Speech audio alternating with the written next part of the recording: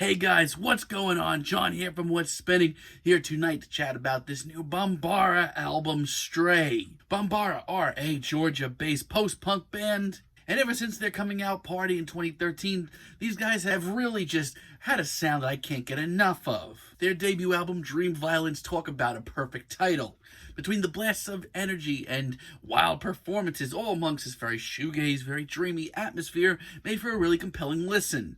It's a sound that they only pushed further in 2016 with Swarm, but it was around this time that I kind of thought that the band could do a lot more. And they did in 2018 with one of my favorite albums of the year, Shadow on Everything. This album was truly fearless, bringing the serious, raw danger back into the world of post-punk, and combines everything from good old punk rock to some southern gothic and darkened blues. Now these new singles have been pretty much the same, like from Bambara, in the best way. Does it correlate to a whole album? Let's find out. This album starts off with Miracle, and right away, I love how cinematic this track is. The slow, dramatic chords and the winding atmosphere is just so powerful. One thing Bambara do have down to a science is atmosphere. The tension here is so ridiculous you can't cut it with a freaking knife, and these slow, drawn-out vocals are just so tortured. The name of the game here, like their last album, is Danger. Bambara continue to really bring back the danger into post-punk. Some of the monologue vocals here are so perplexing that I feel like they belong more in a David Lynch movie. But man, this track is so compelling as an intro. I don't want this track to speed up or slow down. It's perfect, and it ushers in the sound of this album wonderfully. No, for the most part, a lot of this album is just the sort of slow, very tense, very dramatic post-punk that you just don't hear as much anymore. Sing Me to the Street, on the other hand, is a completely different sort of danger. This one just sort of slithers along, very sleazy, very gritty. And the very somber, once again, very tortured vocals continue to really hit home. This track is just delightfully dark. And the backing female vocals that pop in for the chorus add a depth to the track that really I did not expect. Look, on paper, tracks like this are like on par with their debut album, but I don't think that's a problem. They have learned so much in the last few years about patience and drama in their music. Like, they have so much that they could still do in these genres. It's very exciting. I have a lot of the same things to say about Death Croons, and let me tell you, the very grisly, darkened blues of this album is a really sick sound. I love the way this track just sounds so broken down. They really do have that very southern gothic kind of sound down to a T, and honestly, it's a sound that it's not very easy to pull off. They make it sound great. And once again, these vocals, these female vocals that pop in for the chorus do so much for me. Listening to this track and hearing this chorus makes me think I'm like in some old dirty saloon that I just wandered into, and there's some really dangerous folks sitting in the corner giving me the eye. Say what you will about this, but I freaking love this track. It's just so cinematic, and Bambara continue to be so great at building their world. Danger and death truly are in every note here. Stay Cruel doesn't waste any time. This one instantly is just so over the top. And the distant slide guitars here are such a great little touch. They just add a little bit, just enough of a melodic tone to this track. Just between you and me, these vocals that keep popping in for the chorus, these female vocals, man, I don't know what it is, but they really just are scratching all the right itches right now. Between all of that and these constantly very vicious, very visual lyrics that pop in, and the bluesy saxophone that pops in the second half, life is good. Life is really freaking twisted, but it is good. And Made for Me is one of the most fascinating tracks here.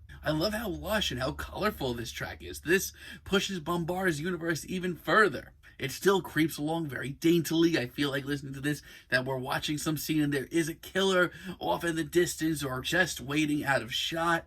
And like, my God, the patience of some of these tracks really is magnificent. But the lighter and airier approach to this track does make me lower my guard a little bit. Between all that and the bluesy riff and the gruff vocals, this track is gold. Even on the more upbeat tracks here, Bambara just sound like a well-oiled post-punk machine. Take, for example, Heat Lightning. Very early on in the album, it does have a very slow start to this album, but this track just gives that shot of electricity, no pun intended. This one is an out-of-control rocker that sounds like it couldn't be contained if it needed to. The tortured vocals here, honestly, are at their best. It's oddly a very tragic sound at its core. As a matter of fact, a lot of this album is very tragic sounding. Good luck keeping this track on and not wanting to go out and run a mile. The danger is real on this track, and it's not just subtle, it's screaming right in your face. With Serafina, Bambara completely become unhinged. I love the imagery here. It's just so dismal and gutting. And honestly, it's a really interesting approach to this track because deep down,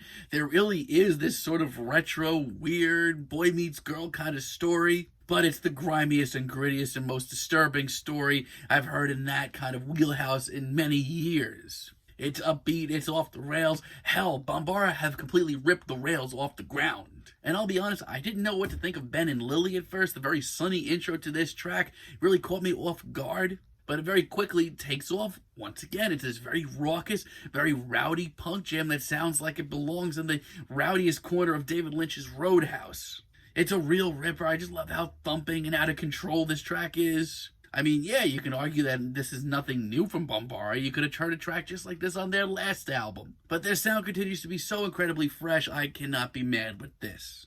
Now, if I did have to choose one track here that I wasn't completely into, it would be Sweat. Since the opening moments of this album, it's been very intense, very in your face. But this is the first track here where it kind of comes off sloppy.